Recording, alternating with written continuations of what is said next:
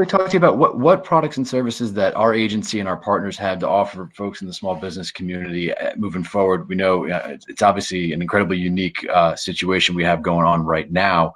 And so a lot of the stuff that we do, that our office and our partners do, are really tailored towards helping businesses sort of find new paths forward. It's obviously not business as usual for almost everybody out there. So we want to make sure that as many people as possible are aware of what we do, what our partners do, and that, it's all done for free. And a lot of people sort of don't understand, or they think, free has that stigma attached to it. Like, well, what am I not being told? Or, okay, how much of the story do I get before I have to start paying for it? And again, we're a federal agency, so you've already paid for all this information with your tax dollars. So all of us, all the services that we provide, that our partners provide, those are done free of charge. They're paid for by tax dollars through grants, and we'll talk about how that works. When I go through all of this, I'm not going to spend a lot of time on EIDL and PPP. I really have one slide in there for all of that. It's not because I don't want to talk about it, but I know most questions, if I get them on EIDL and PPP, that they are pretty specific to a business. So I welcome any and all questions on anything I talk about. When we're done here, I'm going to breeze through. This is really the 30,000-foot view of everything that we offer. But I do want to make sure I leave time at the end for everybody for questions if they have stuff, like I said, whether it's PPP, EIDL, or just anything we talk about here, or anything else small business related that we can certainly try and help you with. My contact information is there. I'll make sure I get it in the chat at the end as well. So you can definitely reach out directly to me if you have any questions or concerns that come up, today, tomorrow, or anytime in the future. So the first part of what we offer and what our partners, I say partners, we call them resource partners, but we fund technical assistance organizations, and we have 4 of them.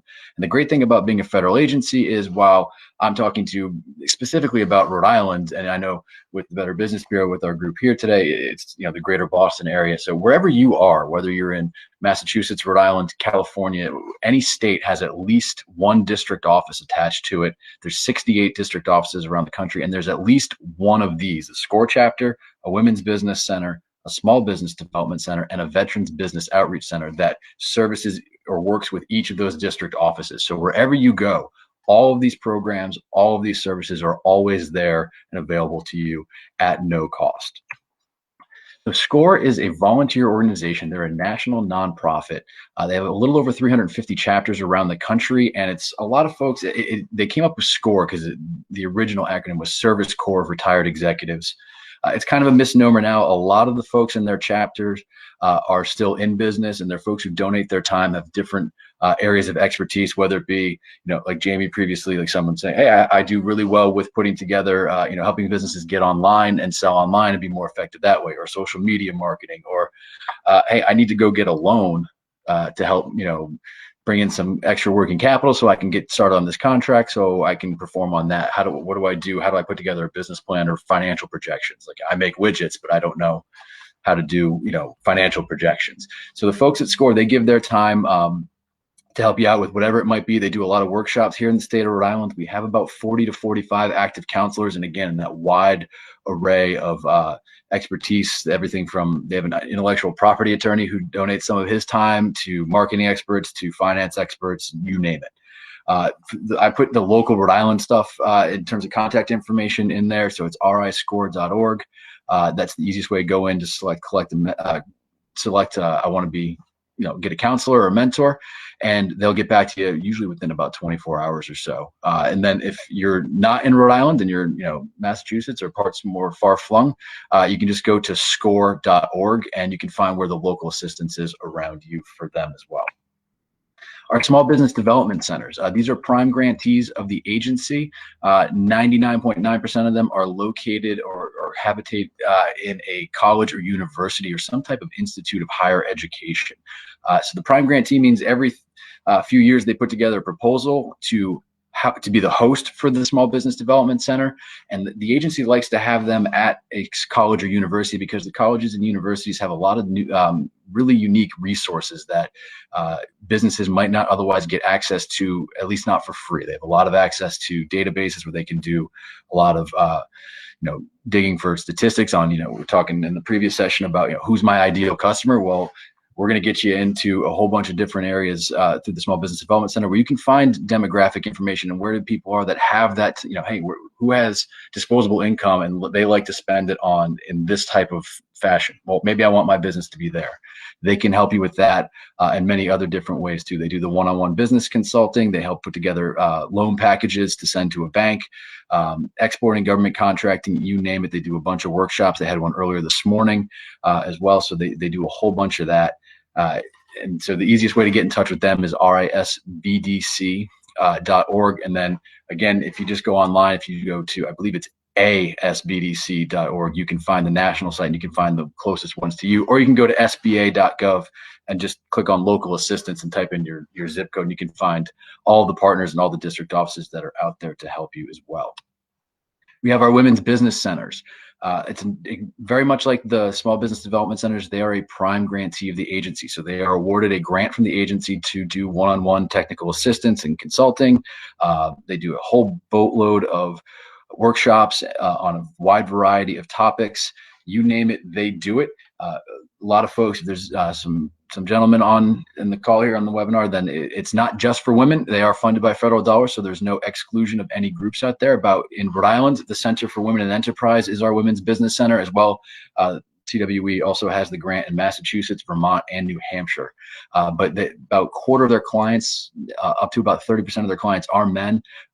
So there's no like, well, I shouldn't go there because it's just for women. It's all are welcome, and they do a fantastic job with everything that they put together as well. In Providence, they're located over on George M. Cohen Boulevard. It's right off of Wickenden Street, sort of right between Wickenden and 195. You can actually see their banner as you're driving on 195 over there, right by the 95 interchange. And then there's our Veterans Business Outreach Center. So we call them VBOCs. There are 22 of them, so there's not quite as many as some of these other partners, but they all cover the local area. The great thing about being in New England, sort of Rhode Island, Massachusetts, Connecticut, and even up further north is, it's New England, so everything's pretty close. So we have one VBOC that serves all of New England. They are housed, they have an office in Providence, and they're housed by the Center for Women in Enterprise. They have the grant for that as well. And they do everything that I just mentioned from SCORE, our small business development centers, and our women's business centers, the same exact things that they do, but they do it explicitly for veterans, service members, and their families. So you can check out what they're about too at the vbocnewengland.org. And then one of the questions we typically get is, well, that's great, Matt, but why do we have 4 different entities that all do the same thing? And I say to that, well, it's better to have more than not enough, right? So we have all these entities that are out there, and some have very specific sort of niches that they're really, really good at. They might have one of their counselors or consultants that comes in who's really good at X, and you need help with X. So what you would do is, if you're not sure who you should talk to with it, absolutely just shoot me an email and say, hey, I'm looking for help with this. Who should I talk to? And a lot of times, instead of having you sort of run around and call these different places and set up different appointments and find out the person that you talk to really isn't who you should be with, I can make that direct connection for you over to whether it be someone at the Small Business Development Center or the Women's Center or SCORE or even the VBOC for that matter. So another aspect of how the SBA is going to assist your business. This is one that we get a lot right now with everything going on, financial difficulties caused by COVID and whatnot, is I need money. And so the SBA, we don't make loans directly to you. We guarantee loans that banks make. And what it ends up doing is, because we guarantee it, if for some reason you were unable to pay it back, we guarantee that we're going to pay the bank back a percentage, and it goes up to 85%. Of what is outstanding. So they're going to be made whole. So in that regard, what happens is the bank goes, oh, okay, well, if I'm guaranteed to get my money back, or at least a large chunk of it, this is a situation where I probably would have said no, but now I'm going to say yes. A lot of banks will look at startup businesses or different industries like restaurants who have a high turnover rate, as a little bit more risky, and they might not want to get involved with that. But with an SBA guarantee, they're going to go ahead and say, yes, absolutely. Let's go ahead and do this because it lessens my risk as a lender. So we have 3 main programs that we'll talk about. We have 7A loans, which is basically your catch-all loan. You can do just about anything you can think of in terms of working capital, leasehold improvements, purchase an existing business, buy inventory, machinery, you name it. You can pretty much do it all with the 7A loan. These go up to $5 million. We have 504 loans, which is a little bit different. It's almost like a mortgage for your small business. If you're going to buy a piece of property or some land or some mega machinery that's, capital purchases, you can get up to a 25-year loan with this at a fixed rate. And it's incredibly low right now. The rates are at think sub 3, maybe you have them right around 3. So this is really unique in that it gives a small business an opportunity to get their hands on those assets like land and property that might otherwise cost them more. And it gets you in the door. And we'll talk about this just for another second in a couple minutes, but it gets you in the door. You only have to come in with 10% down. So it's much more affordable than a lot of what are the other commercial products that are out there. And then we have microloans. They don't carry a guarantee, and these are not done by banks. They're done by, we call them community lenders. They're approved by the agency to do it, and it goes up to $50,000. And each entity has their own sort of terms. And so, one entity is going to say, okay, it's going to be 6 years at 6%. Another one says it's 5-year maturity at 8 and 8%, whatever it might be.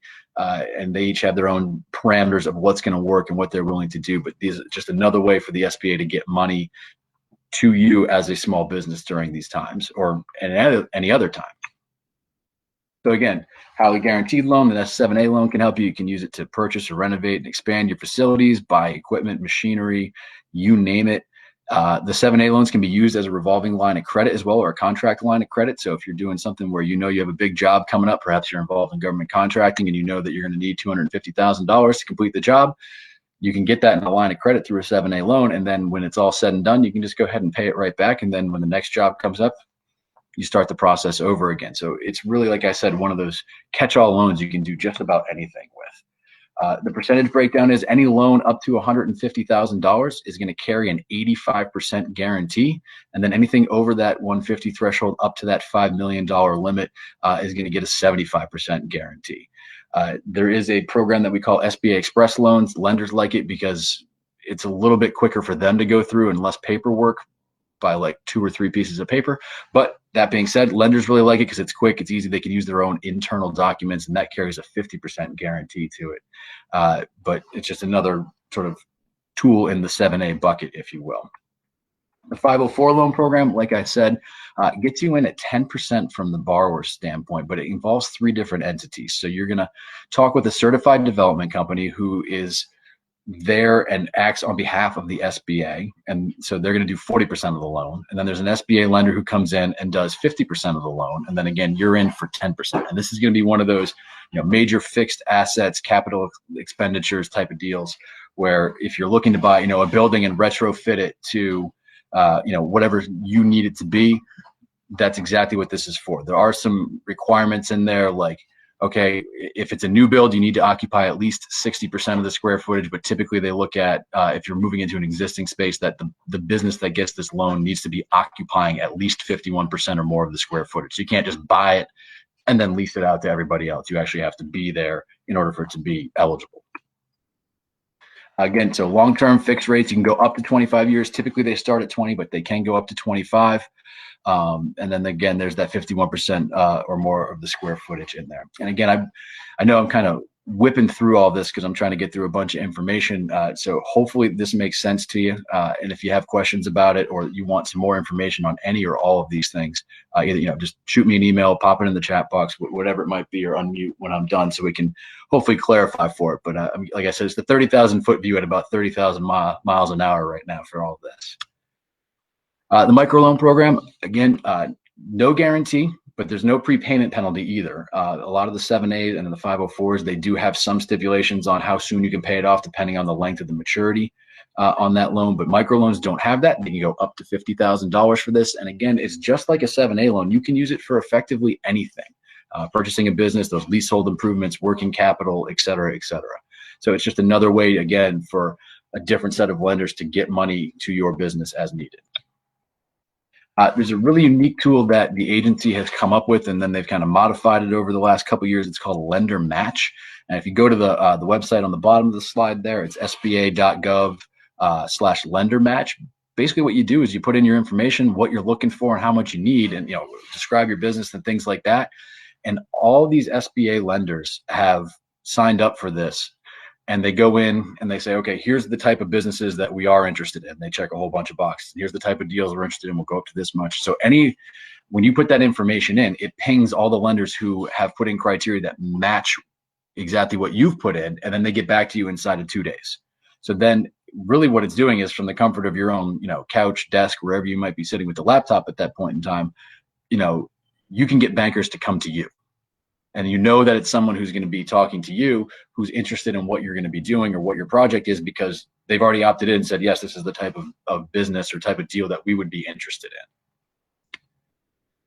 in. So here's my one slide on disaster stuff, and we can talk more about the other things later as well, and I'll bring up some points at the end. But economic injury disaster loans, we call them EIDL, EIDL. There is still funding available for EIDL if you have not yet applied. So businesses who have applied, whether you've been approved or declined, you cannot apply again. But if you have not applied yet, there's some of the eligibility requirements there. Basically, you're a small business, less than 500 employees. It's open to all sole proprietors. And they did open it up to nonprofits, which include 501c3s, 501c19s, which are veterans organizations, but not 501c6s are eligible for this, not PPP.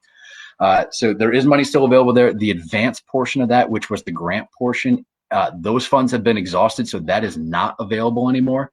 But an EIDL loan is basically, you're going to get 12 months of deferments from the day you're approved, and then it's a 30-year term.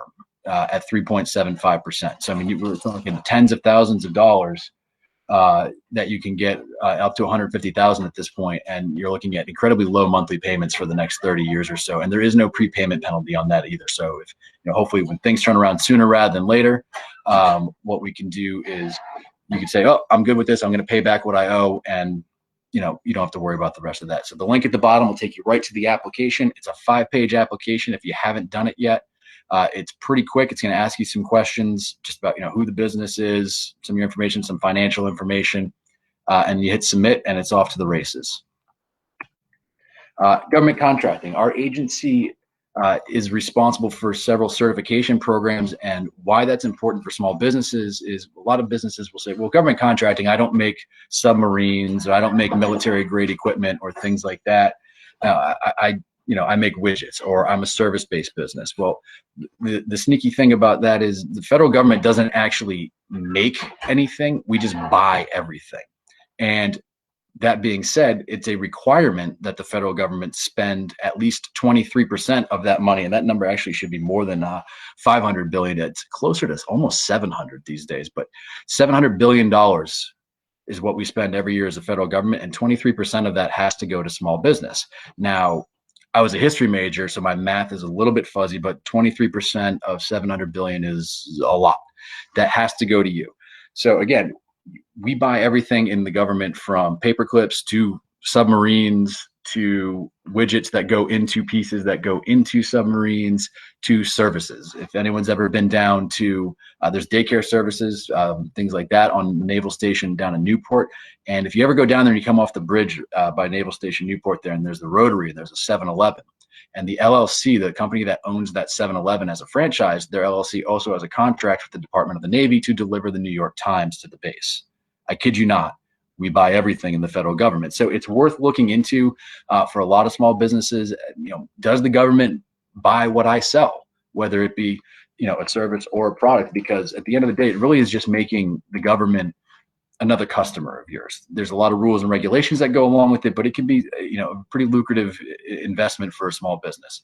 I mentioned the contracting certification programs. We are in charge of the 8A business development program for socially and economically disadvantaged businesses. The Hub Zone program is the historically underutilized business zones. Basically, if your business resides in one of these hub zones, which is defined by census tracts, and then you have 35% or more of your employees live in a hub zone, doesn't have to be the one with the businesses, but a hub zone somewhere, you can get that certification as well. There's the Woman-Owned Small Business program, which is changing a little bit in how they certify. And there's a new way to get certified effective October 15th coming up. And then there's also the Service Disabled Veteran-Owned certification. So all these are run by the agency. And why that's important is if your business qualifies for these, and basically eligibility boils down to outside of the Hub Zone program, at least, if you're 51% or more owned by, let's say, a woman for the WOSB program, then you're eligible. If you're 51% or more owned by a service disabled veteran, then you're eligible for that program. So these all have set aside percentages as well. So we talked about 23% of all contracting dollars having to go to small business. Well, within the 8A, Hub Zone, Woman Owned, and Service Disabled, it's anywhere from 3 to 5% are required to go to those certified businesses as well. So it really narrows down your pool of competition when you're in there. Instead of competing against everyone or maybe just small businesses, an agency can set aside a contract for just a woman-owned small businesses, and now you're just competing against other woman-owned certified woman-owned small businesses for that contract. So it makes it much simpler to get access to those federal contracts and do some work for the federal government. We do a lot of work in the international trade and exporting. The fact that a lot of folks kind of miss is that 96% of the consumers around the world live outside the borders of the United States. That's a lot of people to sell your products or services to. And the SBA can help you sort of whether it's how do I even just get started. We have different programs, including called STEP Grant, that is administered by the Chafee Center up at Bryant, where they help you and they can give you money. It's free money to help you go to international trade shows or get translation services for your website, because you do a lot of business in maybe Asia and you want to put some pages on your website that's explicitly for those type of customers. You can get all those things, you get all that help from experts in that, and money to help pay for all of that as well. We do have funding programs that go along with, they sort of fall into the Export Express and the export working capital loans fall into the bucket of 7A, and they actually carry a higher than 85% guarantee like the normal 7As do. So you can get up to a 90% guarantee on an export loan as well, because they're really trying hard to push U.S. businesses to get their products and services abroad. Disasters. About a year ago, we would think that most disasters are going to be physical disasters in terms of, a Hurricane Katrina or, Superstorm Sandy, things like that. And so our agency and our partners, we help put together workshops on business preparedness and response, as well as we have loan programs to help not just businesses, but individuals as well get back on their feet where maybe insurance isn't going to cover enough of the damage that was done.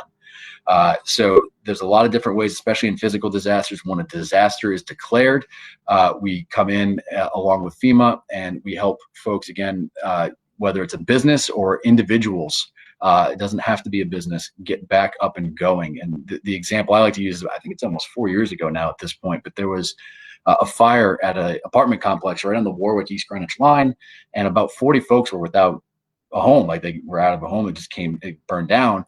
And you say, okay, well, why is the Small Business Administration, what can you do to help me? But these programs, these disaster programs, we were able to get the governor to declare an emergency. Our agency administrator in Washington said, I agree. And so now our programs apply to this, and we were able to help a bunch of folks out who had a big shortfall in terms of what they were able to get from their insurance to rebuild and get back up and going and replace their stuff. And we were able to get them that money and fill that gap and get them back on their feet and going.